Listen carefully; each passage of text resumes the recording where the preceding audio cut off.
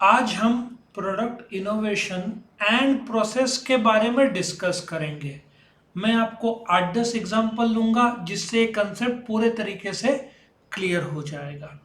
Video शुरू करने से पहले इस वीडियो के डिस्क्रिप्शन में आप गए तो आपको सब्जेक्ट का प्लेलिस्ट मिल जाएगा जिसको आप क्लिक करके chapter by chapter, question by question सारे वीडियोस देख पाओगे। At the same time channel subscribe किया तो रेगुलर वीडियो अपडेट्स आपको मिलते रहेंगे। अब ये प्रोडक्ट इनोवेशन क्या होता है? सबसे पहले तो आप सोचो, एक कदम पीछे आ जाओ। मैं आपको 5-10 एग्जांपल लूंगा, इसमें प्रोडक्ट डिजाइन भी आ जाएगा। नाउ एक कदम पीछे आ जाओ। आपने जैसे एडिसन ने बल्ब इन्वेंट किया था, वो क्या था? इन्वेंशन। फिर उसको जब कमर्शियली बेचते हो तो वो क्या हो जाता है? इनोवेशन। तो प्रोडक्ट इनोवेशन क्या होता है ये हम समझ रहे हैं। तो प्रोडक्ट इन्वेंट तो एडिसन ने किया था, उसकी बहुत बढ़िया कहानी है। आप ये एग्जाम में भी डाल सकते हो। न्यूयॉर्क में उस समय स्ट्रीट लाइट्स जो तेल के लैंप्स होते थे ना, वो होते थे। तो जब एडिसन ने बल्ब इन्वेंट किया तो उसने रिकमेंड किया कि ये सिटी में तेल के लैंप्स को रिप्लेस करके बल्ब लगाया जाए। बट क्वेश्चन ये था, ये बल्ब बनाएगा कौन? इन्वेंट तो हो चुका था, और पूरे स्ट्रीट में कैसे भरेंगे?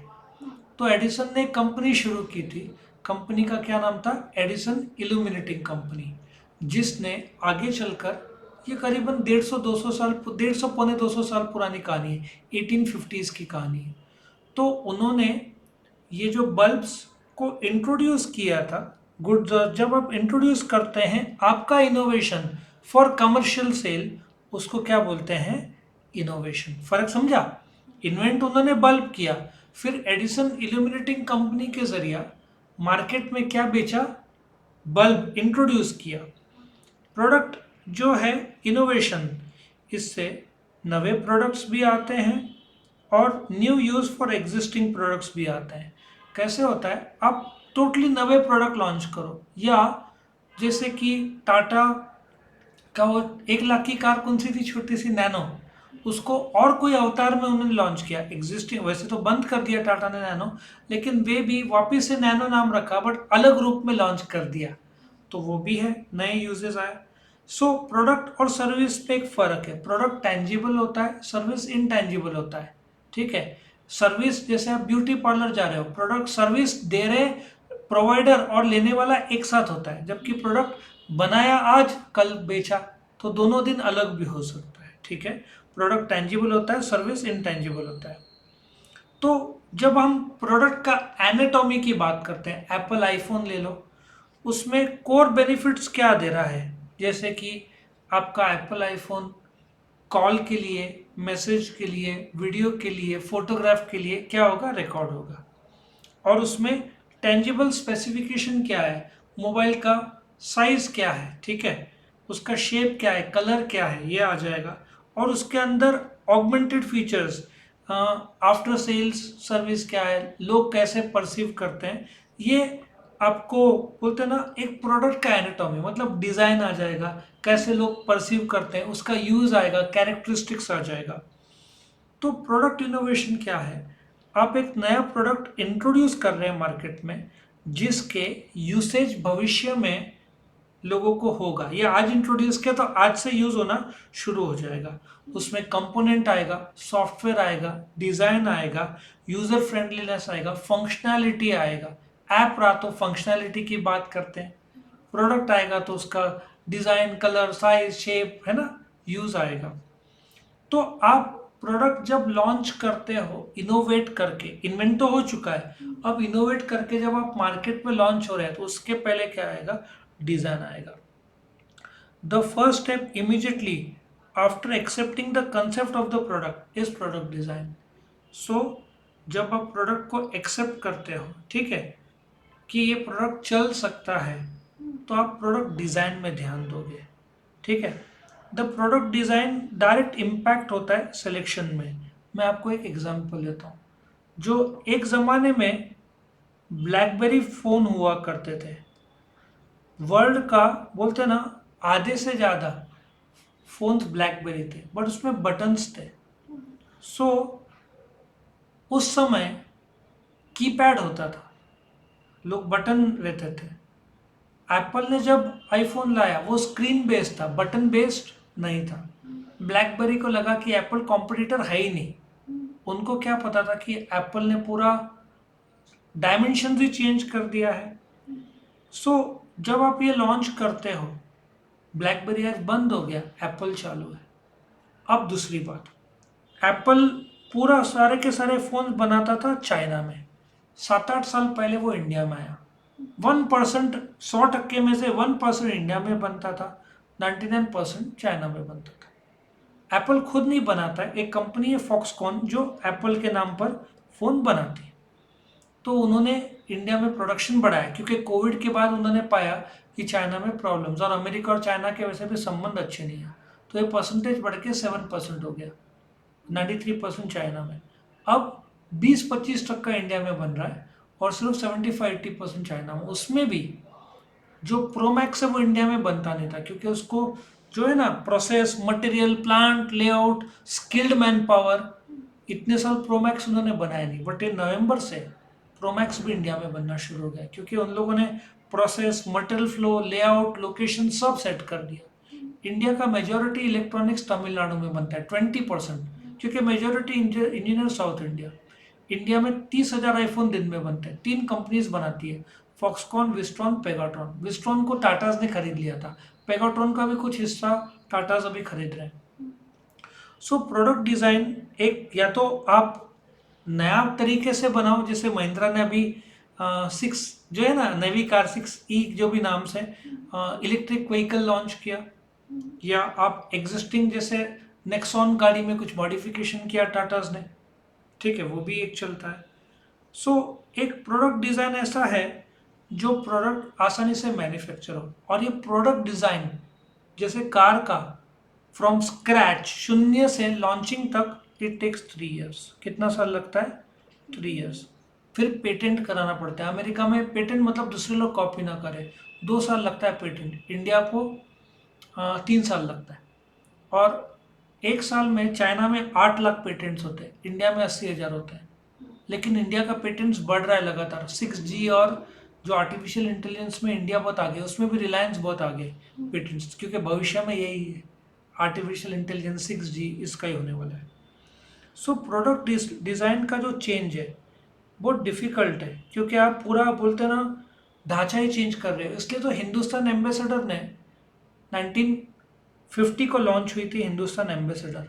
50 साल तक वही डिज़ाइन, कोई चेंज ही किया नहीं क्योंकि कंपटीशन ही नहीं था।